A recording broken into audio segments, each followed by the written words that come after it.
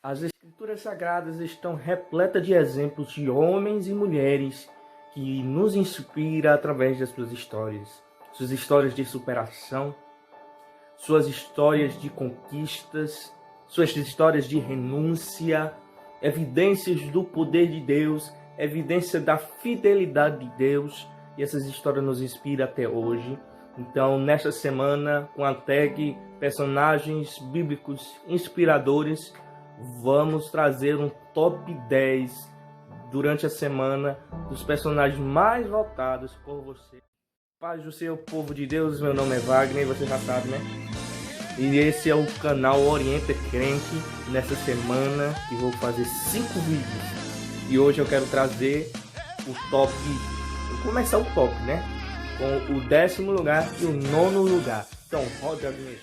Vamos começar com o 10º lugar. O 10º lugar está o personagem Enoque. A história conta que um dos personagens mais peculiares e misteriosos da Escritura é o irmão Enoque. Nasceu, segundo os escritos judeus, na 7ª geração depois de Adão, sendo filho de Jared e pai de Matusalém. Enoque é um dos assuntos de muitas das traduções judaicas e cristãs. Ele foi considerado o autor do livro de Enoque e também chamou Enoque de escriba do julgamento. De acordo com a tradição escrita hebraica denominada Tanakh, relatada em Gênesis capítulo 5, versículo 22 e 24, Enoque teria sido tomado por Deus para que não experimentasse a morte e na certa fosse poupado da ira do dilúvio. E Enoque andou com Deus depois que gerou Matusalém 300 anos e gerou filhos e filhas. E foram todos os dias de Enoque 365 anos. E andou Enoque com Deus e não apareceu mais, porquanto Deus o tomou para si. Há 2 aspectos extraordinários no relato de Enoque, enfocados nestes versículos, que não foram enfocados em outras gerações. As indicações do texto de que ele andou com Deus é fato que supostamente ele não teria morrido, porque Deus tomou para si.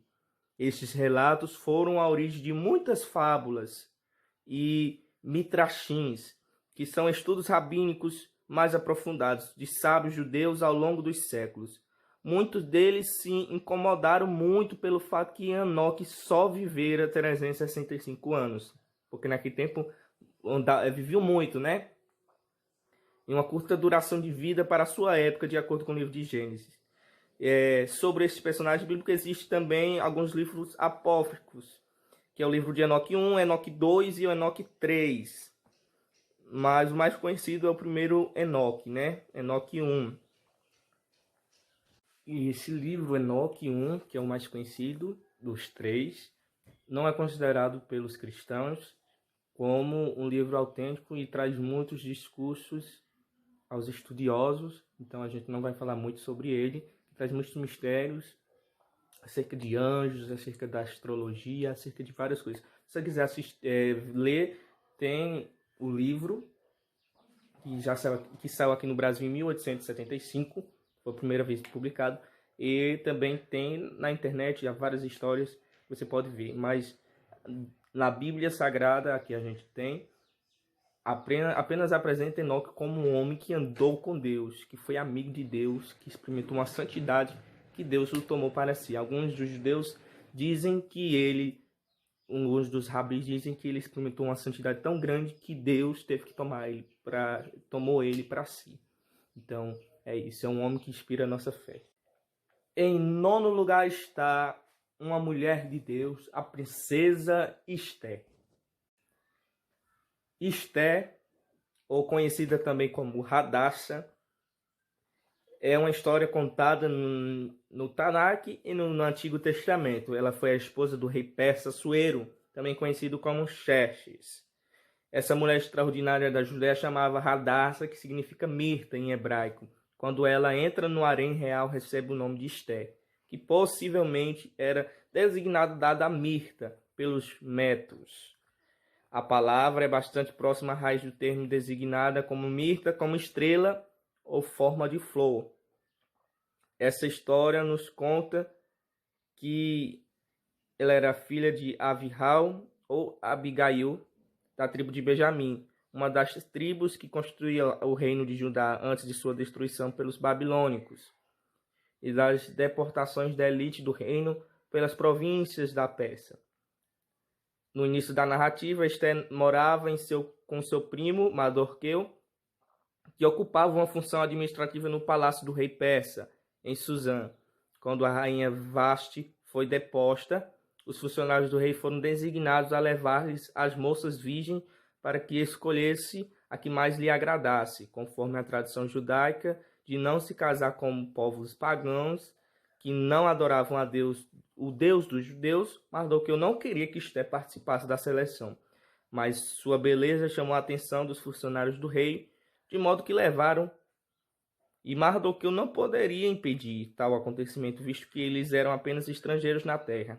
Esther é escolhida, tornando-se esposa de Assuero. Quando o ministro Amã decide exterminar os judeus do reino, Esther está em uma condição privilegiada para pedir ao rei que anule o decreto do seu ministro. Quem era Esther? Esther era uma mulher judia que foi escolhida pelo rei persa Assuero para ser rainha.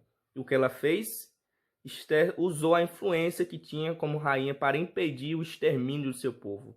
Ela descobriu que havia sido emitido um decreto oficial que explicava um dia em que todos os judeus que viviam no Império Persa seriam mortos. Esse plano perverso foi ideia do Amã, que servia como primeiro-ministro.